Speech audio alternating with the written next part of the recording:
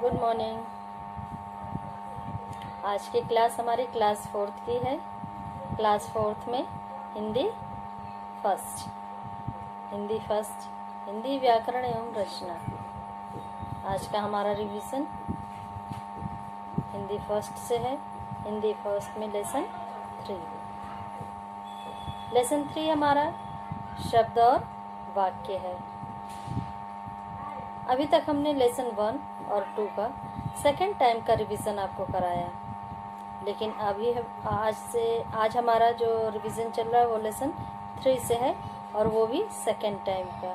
तो उम्मीद करते हैं कि अब तक हमने आपको जो भी पढ़ाया, जो भी समझाया वो आपकी समझ में आया होगा। लेकिन बाई चांस अगर आपको नहीं समझ में आया है तो आज भी हम आपको समझाने की कोशिश कर रहे हैं,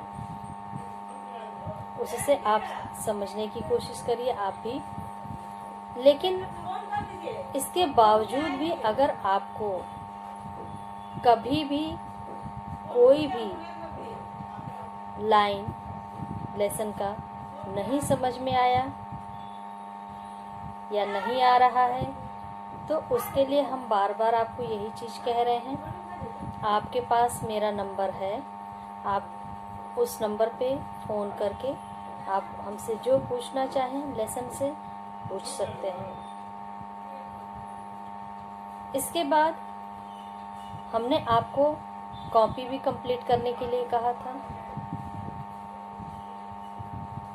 अगर आपकी कॉपी कंप्लीट हो गई है या हो रही है तो आप फ़ोन के द्वारा हमें वो अपने मोबाइल से हमें दिखा भी सकते हैं। इससे क्या होगा, अगर आपकी कॉपी में इससे आपकी कॉपी में जो भी गलतियां होंगी वो क्लियर हो जाएंगी। पहले ही कॉपी चेक करने के पहले ही हम आपको बता सकते हैं कि आपने क्या गलत लिखा है, आप उसको इरेज करके साफ से फिर से आप लिख सकते हैं। इससे आपकी कॉपी में गलतियां कम निकलेंगी, आपकी कॉपी साफ सुथरी दिखेगी। ये सब तभी संभव है जब आप अपनी कॉपी हमें दिखाएंगे। अभी आपका लॉकडाउन चल रहा है, ये इस समय संडे तक तो आपका स्कूल भी बंद है।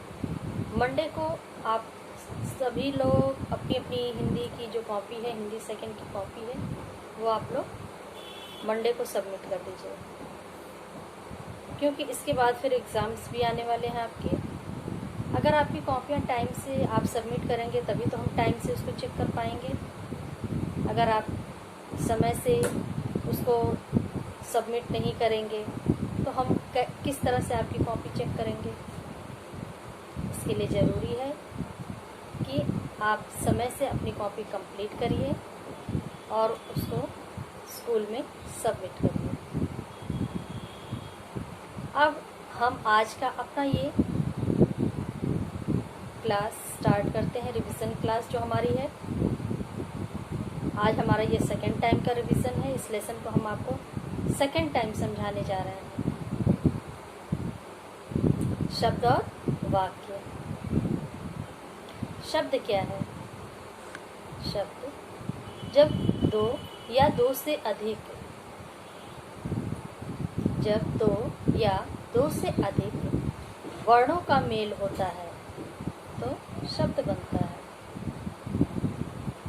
इस चीज़ को हमने फर्स्ट रिवीजन में आपको बोर्ड पे समझाया था। अगर आज आपकी समझ में नहीं आ रहा है तो आप पिछला रिवीजन का जो वीडियो मेरा है उसको आप लोग फिर से देखिएगा ताकि आपकी समझ में अच्छे से आ जाएगा, क्योंकि उसको हम बोर्ड पे बहुत अच्छे से उसको समझाने की कोशिश किए थे। अब ये लॉकडाउन में बोर्ड तो मेरे पास नहीं है, तो इसलिए हम अपनी कॉपी से और बुक से आपको समझाने की कोशिश करेंगे। इसके लिए ज़रूरी है कि आप पिछला भी रिवीज़न ज़रूर देखें। आज का रिवीजन हमारा शब्द की परिभाषा से लिया गया है कि शब्द की परिभाषा क्या है। तो शब्द की परिभाषा यही है कि जब दो या दो से अधिक वर्णों का मेल होता है, जब दो या दो से अधिक वर्णों का मेल होता है तो शब्द बनता है।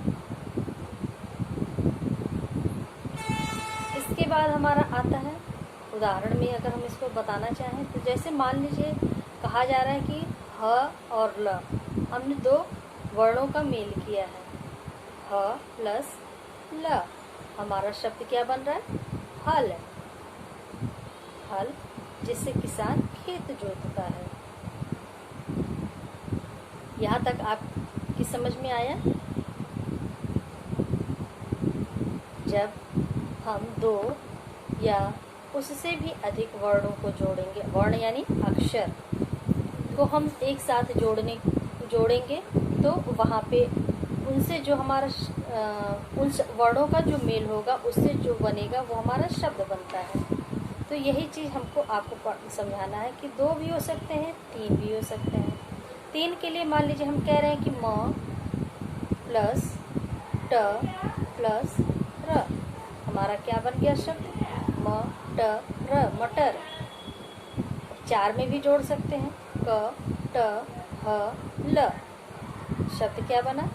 कटहल। इस तरह से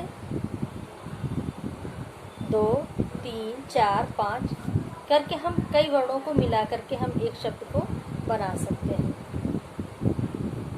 अब इसके बाद आता है हमारा शब्द के भेद। तो शब्द के भेद कितने होते हैं? शब्द के दो भेद होते हैं, पहला सार्थक शब्द और दूसरा निरर्थक शब्द। सार्थक शब्द क्या है? हमारा एक क्वेश्चन फिर बन गया कि सार्थक शब्द क्या है, किसे कहते हैं? सार्थक शब्द किसे कहते हैं? हमने आपको पिछले वीडियो में भी इस चीज़ को बताया है कि जैसे छोटे छोटे हेडिंग आपकी बुक में दिए गए हैं उनको आप ध्यान से पढ़िए। पाठ का जो विशेष दिया गया है उनको आप ध्यान से पढ़िए, उन सब से आप क्वेश्चन बना सकते हैं। आपको मैंने पुरानी रफ कॉपी में क्वेश्चन बनाने के लिए कहा है कि आप जितना ज़्यादा क्वेश्चन बना सकते हैं आप बनाइए, खुद से बनाइए, और तभी आपकी समझ में लेसन अच्छे से आएगा। जब आप क्वेश्चन अच्छे से बनाना सीख जाएंगे तो उसका आंसर भी आपको समझ में आएगा कि उसका क्या आंसर होगा। तो जैसे अभी हमने कहा सार्थक और निरर्थक, यहाँ आप शब्द के दो भेद हो गए। अब हमारा एक क्वेश्चन फिर इधर तैयार हो जा रहा है कि सार्थक शब्द किसे कहते हैं। तो हम क्या लिखेंगे? सार्थक शब्द किसे कहते हैं कि आंसर में कि वर्णों के मेल से बने ऐसे शब्द जो जिनका कोई न कोई अर्थ निकलता हो। कहने का तात्पर्य है कि वर्णों का मेल होगा लेकिन उनके मेल होने से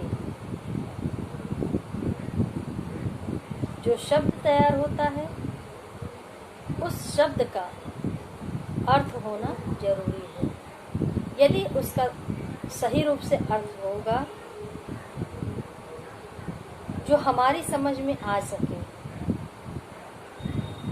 तो वह सार्थक शब्द कहलाता है। शब्द कोई भी हो लेकिन उसका अर्थ होना जरूरी है, उसका कुछ मतलब होना जरूरी होता है। हर शब्द का एक अर्थ निकलता है, एक मतलब निकलता है। अगर उसका मतलब निकल जा रहा है, उसका अर्थ समझ में आ जा रहा है कि बात क्या कही गई है, किस चीज के बारे में ये बात हो रही है, तो वह सार्थक शब्द कहलाता है। जैसे आपका उदाहरण में दिया गया है कमल। कमल एक उदाहरण में दिया गया है और कमल अगर हमने शब्द कहा तो मेरे कमल कहने से आपकी समझ में क्या आया? कमल एक फूल का नाम है जो बेहद खूबसूरत होता है, पानी के अंदर होता है, तालाबों में, तालों में कमल खिलता है, कई रंगों में कमल होता है। तमाम बातें हमारे दिमाग में आ गई सिर्फ कमल कहने से। तो इसका मतलब कमल शब्द का एक अर्थ है। अर्थ क्या है कि एक फूल का नाम है। अब इसी तरह से दूसरा उदाहरण दिया गया है किताब। किताब क्या है? किताब वह है जिसमें हमारे ज्ञान की चीज़ें, विषयों से ताल्लुक़ रखने वाली जो चीज़ें होती हैं वो उनमें छपी होती हैं, लिखी गई होती हैं, ताकि उनको हम पढ़ सकें, पढ़ करके अपना ज्ञान बढ़ा सकें। किताबों से हमें क्या मिलता है? ज्ञान मिलता है। तो किताब शब्द से हमने इतना समझ लिया कि किताब क्या है। अब इसके बाद हमारा आता है सड़क। तीसरा उदाहरण दिया है सड़क का। सड़क क्या है? सड़क कहने से दिमाग में क्या आया? सड़क जहाँ पे हम चलते हैं, गाड़ियाँ चलती हैं, रास्ता उसी से समझ में आता है, यातायात हमारा उसी से चलता है। इतनी बातें समझ में आ गई कि सड़क किसको कहेंगे। तो यही चीज़ हम यहाँ पे आपको सार्थक शब्द के रूप में समझाने की कोशिश कर रहे हैं कि जिन शब्दों का अर्थ निकल जाता है वह सार्थक शब्द कहलाता है। अब इसके बाद हमारा दूसरा आता है निरर्थक शब्द। निरर्थक शब्द में कहा जा रहा है कि वर्णों के मेल से बने ऐसे शब्द जिनका कोई अर्थ नहीं होता है। वर्णों का मेल होगा, वर्णों के मेल से शब्द भी बनेगा, लेकिन उनका कोई अर्थ नहीं होगा। ऐसे शब्दों को हम निरर्थक शब्द कहते हैं। कहने का मतलब कि वर्णों का मेल हो रहा है, वर्णों के मेल होने से शब्द का भी निर्माण हुआ, शब्द भी हमारा बन गया, लेकिन जो शब्द बना उसका कोई अर्थ, कोई मतलब नहीं है। तो जब जिस शब्द का अर्थ ही ना हो, कोई मतलब ही ना हो, वह निरर्थक शब्द कहलाता है। जैसे एक उदाहरण दिया है आपका शब्द के रूप में मलक। मलक क्या है? मलक का क्या अर्थ है, क्या मतलब है? कुछ भी नहीं। दूसरा है बताकी। बताकी क्या होता है? कुछ भी नहीं, इसका कोई अर्थ नहीं, कोई मतलब नहीं। तीसरा है कड़स, कुछ मतलब है नहीं। लेकिन इन्हीं शब्दों को अगर हेर फेर करके हम दूसरे तरह से इसको लिख देते हैं, जैसे मलक का कमल, मलक का कमल, कमल का अर्थ है बताकी का किताब, किताब का मतलब है कड़स का मतलब कुछ भी नहीं, लेकिन उसको अगर हेर फेर कर दे शब्दों का अर्थ, वर्णों का, तो हमारा सड़क बन जाएगा। तो सड़क का तो अर्थ होता है। तो यही चीज़ कहा जा रहा है कि अगर किसी भी शब्द, जब वर्णों का मेल होगा, तो वर्णों के मेल होने से जो शब्द का निर्माण होता है, वर्णों का जब मेल होगा तो शब्द का तो निर्माण होगा ही। तो जब शब्द का निर्माण होगा तो उससे जो बनेगा उसका अर्थ भी होगा। वर्णों का मेल होगा तो शब्द बनेगा, शब्द जब बन जाएगा तो उसका अर्थ होगा। अगर अर्थ है तो सार्थक है, अर्थ नहीं है तो निरर्थक है। यहाँ तक का इतना हमारा क्लियर हो गया कि सार्थक शब्द क्या है और निरर्थक शब्द क्या है। अब इसके बाद हमारा आता है वाक्य।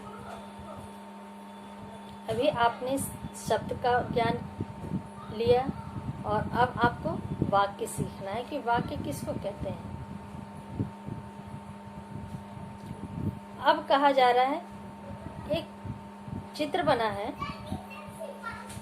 चित्र के बगल में लिखा है चारू खाना खा रही है। चारू खाना खा रही है। अब इस चीज को हम बुक से आपको दिखा करके समझाने की कोशिश कर रहे हैं। ताकि आपकी समझ में आसानी से आ सके। अब जैसे यहाँ पे आपका वाक्य हमको जानना है, वाक्य तो यहाँ पे दिया गया है चारू खाना खा रही है। अब कहा जा रहा है कि उपयुक्त वाक्य में 5 शब्दों चारू, खाना, खा रही है से एक शुद्ध वाक्य बनाया गया है।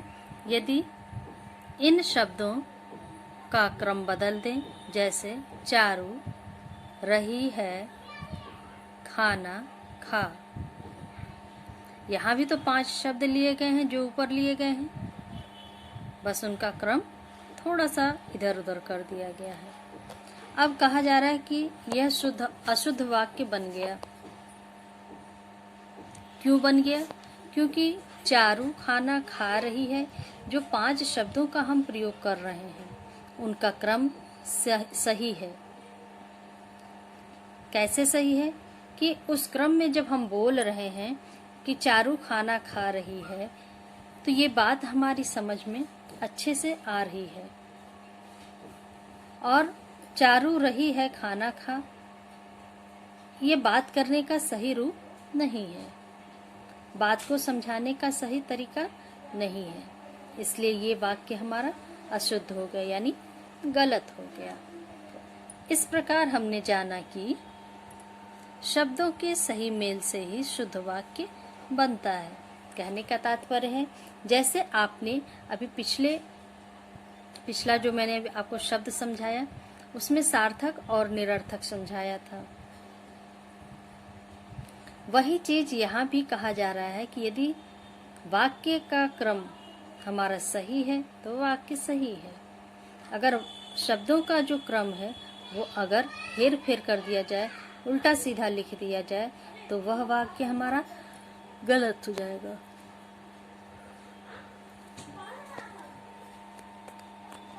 अब इसके बाद हमारा आता है वाक्य की परिभाषा। वाक्य की परिभाषा क्या होती है? सार्थक शब्दों के समूह को वाक्य कहते हैं। सार्थक शब्दों के समूह को वाक्य कहते हैं। जैसे कि ऊपर में अभी आपको समझाए हैं कि यदि आपके शब्दों का क्रम सही नहीं है तो वाक्य आपका शुद्ध नहीं बनेगा। तो यही चीज यहाँ पे कहा जा रहा है कि सार्थक शब्दों के समूह को, यानी जो भी शब्दों का हम प्रयोग कर रहे हैं उनका सही रूप से अर्थ निकलता हो, उनका क्रम सही हो, तो वो वाक्य हमारा सही है। यदि शब्दों का क्रम हमारा सही नहीं है, शब्दों का उच्चारण स्पष्ट नहीं है, या उनका अर्थ सही रूप से नहीं निकल रहा है, तो वह वाक्य हमारा गलत हो जाता है। अब इसके बाद हमारा आता है वाक्य के भेद। वाक्य के 2 भेद होते हैं, पहला उद्देश्य और दूसरा विधेय। अब जब 2 वाक्य इसके हो गए तो इनको हमको समझना भी है। अब यहाँ पे उदाहरण के रूप में आपको इधर समझाया गया है कि पिताजी अखबार पढ़ रहे हैं। इससे पहले हमको ये जानना है कि उद्देश्य और विधेय होता क्या है। आप जस्ट नीचे में देखेंगे कि लिखा है कि वाक्यों में जिनके विषय में बात करते हैं उसे उद्देश्य कहते हैं, और उद्देश्य के विषय में जो कुछ भी कहते हैं उसे विधेय कहते हैं। कहने का मतलब है कि जैसे यहाँ पे उदाहरण दिया कि पिताजी अखबार पढ़ रहे हैं, तो इस वाक्य में किसके बारे में बात हो रही है? कौन अखबार पढ़ रहा है? पिताजी पढ़ रहे हैं। तो पिताजी शब्द जो हो गया वह हमारा उद्देश्य हो गया। लेकिन पिताजी क्या कर रहे हैं? पिताजी अखबार पढ़ रहे हैं, तो ये अखबार पढ़ रहे हैं हमारा विधेय हो गया। अगला वाक्य हमारा है माँ खाना बना रही है। खाना कौन बना रही है? माँ। तो माँ जो शब्द हो गया उद्देश्य हो गया। लेकिन माँ क्या काम कर रही हैं? खाना बना रही हैं। तो खाना बना रही हैं जो हमारा है वो विधेय हो गया। फिर हमारा है गाय घास चर रही है, में घास कौन चर रहा है? गाय चर रही है, इसलिए गाय हमारा उद्देश्य हो गई और घास चर रही है विधेय। अब इसके बाद अगला है मैंने किताब पढ़ लिया है। किताब किसने पढ़ा? मैंने पढ़ा। तो मैंने जो शब्द आया उद्देश्य हो गया और किताब पढ़ लिया है विधेय। तो इस तरह से हम उद्देश्य और विधेय का जो हमारा ये क्वेश्चन है वो कंप्लीट हो गया। अब इसके बाद हमारा आता है विशेष प्रश्न। यहाँ हम देखते हैं विशेष प्रश्न। आपको हम पहले भी बता चुके हैं, अब तक जितने भी वीडियो आ रहे हैं मैंने दिए हैं आपको, उसमें जब आपका विशेष वाला कॉलम आता है तो हम आपको विशेष रूप से इस चीज़ को समझाने का कोशिश करते हैं कि आप विशेष वाले क्वेश्चन को अच्छे से समझने की कोशिश करिए, क्योंकि एग्ज़ाम टाइम में इनसे भी क्वेश्चन बनाए जाते हैं।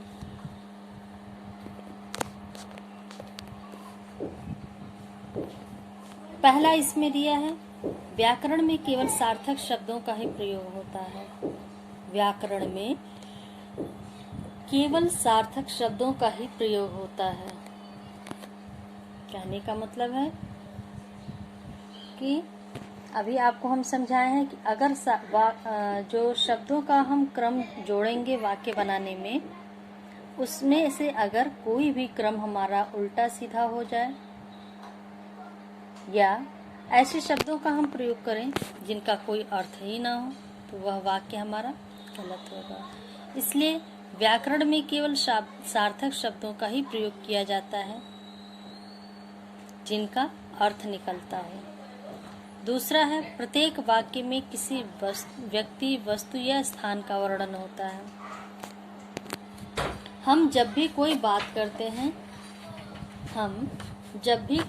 करते हैं तो उस दौरान या तो हम किसी व्यक्ति के बारे में कोई बात करेंगे या किसी वस्तु के बारे में बात करेंगे या किसी स्थान के बारे में बात करेंगे। अन्य किसी भी विषय पर बात हम नहीं करते हैं। तीसरा है वाक्य में प्रयुक्त शब्दों को पद कहते हैं। वाक्य में प्रयुक्त शब्दों को पद कहते हैं। जैसे आपका इधर हमारा जो उदाहरण था, हम इसका आपको उदाहरण से देकर समझा रहे हैं कि चारू खाना खा रही है में कितने शब्दों का प्रयोग हुआ है? तो 5 शब्द हैं इसमें। कौन कौन से? पहला चारू, दूसरा खाना, तीसरा खा, चौथा रही और 5वां है। तो ये 5 शब्दों का हम प्रयोग किए हैं। तो यही 5 शब्द हमारा 5 पद कहलाते हैं, यानी शब्दों को ही हम पद कहते हैं। अगला हमारा आता है कि प्रत्येक वाक्य का एक अर्थ होता है। प्रत्येक वाक्य का एक अर्थ होता है। जैसे हर शब्द का एक अर्थ होता है, उसी तरह से हर वाक्य का एक अर्थ होता है। जिस तरह से अभी हम आपको समझाए हैं कि जो भी शब्द बनते हैं उनका एक अर्थ होना चाहिए, वैसे ही अगर वाक्य हमारा बन रहा है तो उनका अर्थ होना चाहिए। अगर वो सही नहीं है तो वाक्य हमारा गलत है। अगर शब्द का अर्थ नहीं है तो वो शब्द हमारा गलत है। इसके बाद हमारा आता है प्रत्येक वाक्य अनेक शब्दों और पदों से मिलकर बनता है। वाक्य बनाने के लिए कम से कम हमें 2, 3, 4 ऐसे करके शब्दों का प्रयोग करना पड़ता है, तभी जाकर के हमारा एक वाक्य बनता है। एक शब्द से कभी भी वाक्य का निर्माण नहीं होता है। इसीलिए कहा जा रहा है कि प्रत्येक वाक्य अनेक शब्दों यानी पदों से मिलकर के बनता है। यानी एक वाक्य को बनाने के लिए हमको 2 से अधिक एक वाक्य बनाने के लिए कम से कम हमें 2 से अधिक शब्दों का प्रयोग करना पड़ता है। ये था आज का हमारा सेकंड टाइम का रिवीजन। यहाँ तक का रिवीजन हमारा आज का कंप्लीट हुआ। अब हम आगे का आपको एक्सरसाइज में भी एक बार दिखा दे रहे हैं अपना।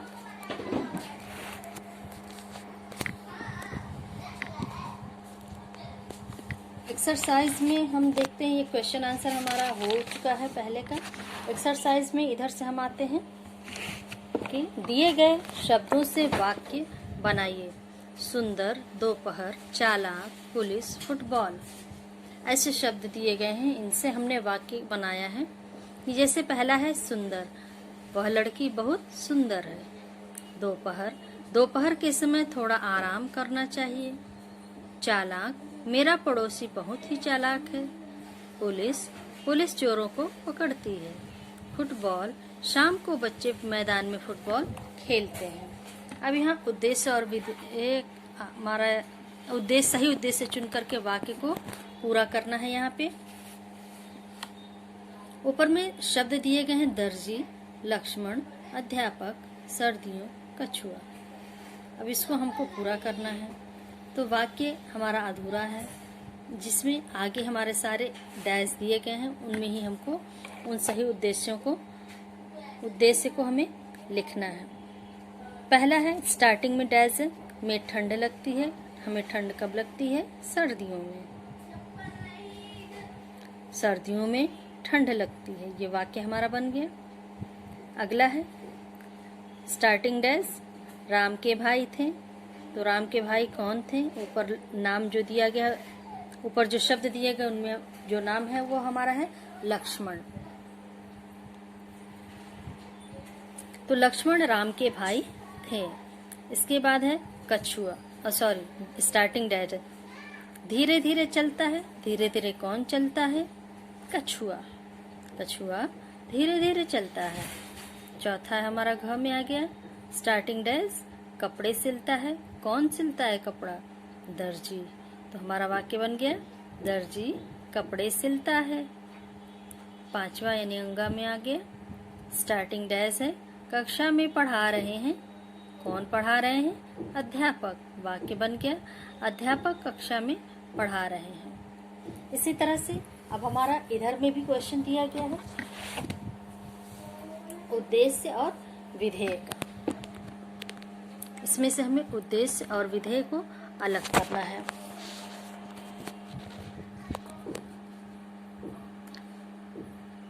जैसे अंकिता गीत गा रही है, में उद्देश्य कौन है? अंकिता। विधेय में गीत गा रही है। आपको भी ऐसे ही लिखना होगा। पंडित जी हवन कर रहे हैं। पंडित जी हमारा उद्देश्य हो गए और विधेय में हवन कर रहे हैं। राहुल नाच रहा है, उद्देश्य हमारा हो गया राहुल, विधेय हो गया नाच रहा है। माँ खाना बना रही है, उद्देश्य माँ, विधेय में हो गया खाना बना रही है। तोता मिर्ची खा रहा है, उद्देश्य तोता, विधेय मिर्ची खा रहा है। अब इस तरह से नीचे दिया गया है कि दिए गए निरर्थक शब्दों में से वर्णों के क्रम को बदल करके सार्थक शब्द बनाइए। यानी यहाँ पर जो शब्द दिया गया था ये साइड में रेड कलर में है, ये जो बुक में दिया हुआ है। अब कहा जा रहा है कि इसको हमको हेर फेर इधर उधर करके सार्थक रूप में उसको बदलना है। तो जैसे राबेस लिखा है तो सही क्रम हमारा क्या होगा? सवेरा। तरे रेत, टाना नाटा, री परी, रबी पेड़, आछुक कछुआ, मिर्ची चिरमी मिर्ची, रेकला करेला, तंपक पतंग, मिश्र श्रमिक। यहाँ तक हमारा ये जो क्रम दिया गया था वो हमारा सही हो गया और उससे हमारा ये शब्द हमारा सही हो गया। ये आप फिर से देख सकते हैं। अगर आपने नहीं बुक में कंप्लीट किया तो उसको कंप्लीट कर लीजिएगा। आज का हमारा होमवर्क आप नोट करेंगे।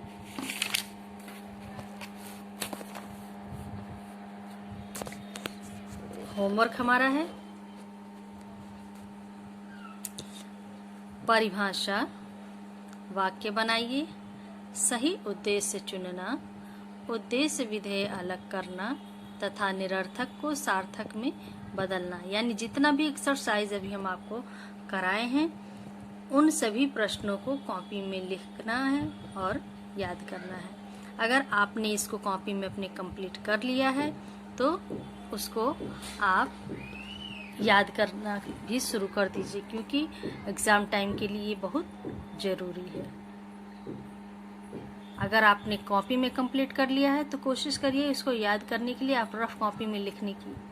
रफ कॉपी में जब आप लिख करके इसको याद करेंगे तो इससे आपकी परिभाषा या और जो क्वेश्चन है वो आपका आसानी होगा याद करने में। अगर कहीं गलती होगा तो उसको बार बार लिख करके उसको याद किया जा सकता है।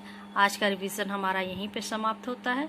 अगले वीडियो में अगला लेसन लेकर के हम आएंगे।